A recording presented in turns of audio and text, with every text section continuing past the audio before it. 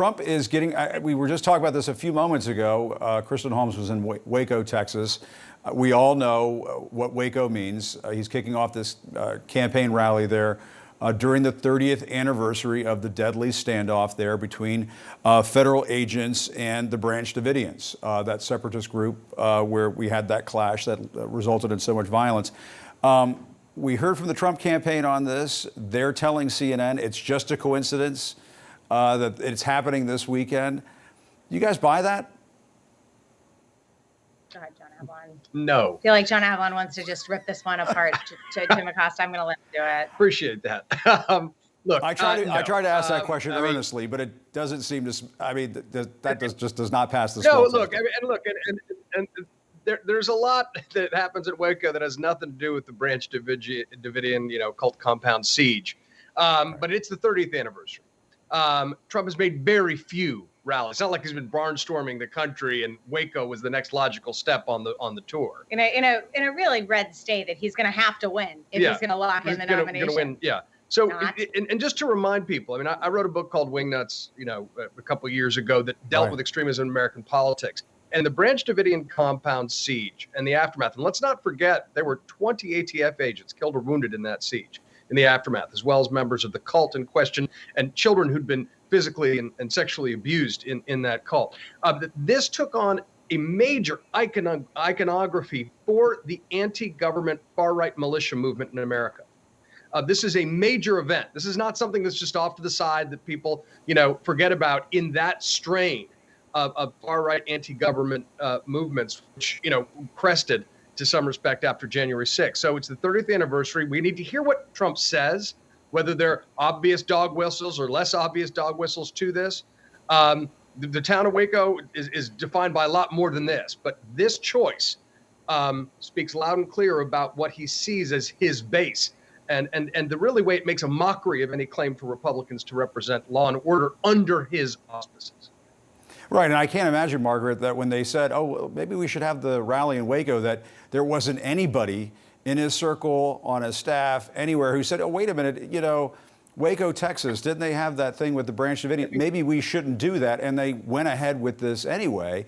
I mean, when you have this after what took place on January 6th, after what happened in Charlottesville, the way Trump reacted to that, very fine people on both sides. I mean, there just seems to be this, he likes to go back and push those buttons, it seems. Yeah, no, I think it's based on, if we didn't know anything about Donald Trump, if this were 2015, maybe we could give him the benefit of the doubt.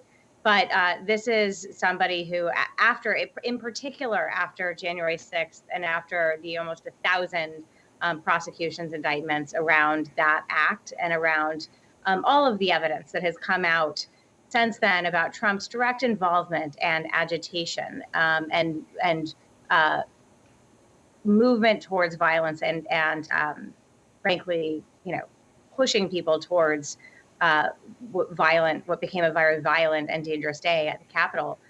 He's not going to Waco, and I think it's very safe for all of us to just make this jump. He didn't go to Waco because a former U.S. Republican president, has his ranch there. Okay. Yeah, this is not about George W. Bush. This is very clearly Prairie Chapel Ranch. This is very clearly about him making a statement against the backdrop of the people who he knows are the most ardent supporters of him. That's right. Right, and it comes on the heels of all these reports about how the previous events that he's had so far in this cycle have been sort of lackluster, and you could just see the gears turning there inside the Trump team, thinking they could stoke things once again. I think thinking that these rallies have been lackluster or that they will continue to be is something that all of us do at our own peril as observers here, because Donald Trump is really back. I mean, he's back and he's stirring up all of the forces, right, I think, that are the least productive forces in our politics. What I think is so significant is that he's identifying this strain of the far right as his base. That's something that needs to be inflamed. And in the context of the comments he's made around this possible indictment, where he's, again, banning these flames, those two things need to be understood in relationship to each other. That's the larger danger here. Right, exactly. And you can't ignore the danger. I mean, ignoring it doesn't make it go away. And John and Margaret, let me ask you, the Manhattan grand jury investigating Trump in the Stormy Daniels case is expected to resume on Monday. Trump said he expected to be arrested this past week. That obviously never happened. He also warned of potential death and destruction if he's charged. But in the end, indictment week was a lot like infrastructure week for Trump. It just didn't happen. Too soon, man. How much of this was Trump trying to just get everybody, dialed up on this thing in his base among his supporters? I mean, what we understand in hindsight, having actually seen that the grand jury wasn't even going to convene on Wednesday. I mean, that came out later, but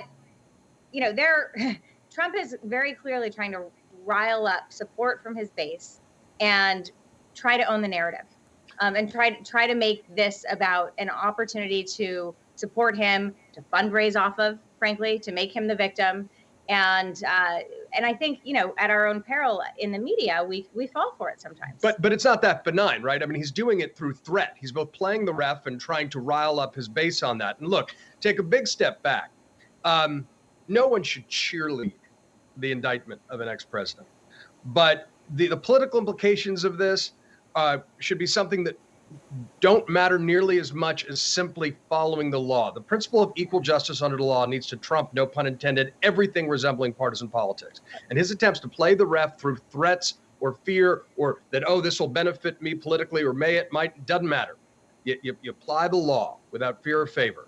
That's what democratic republics do, and that's what we need to do as a country.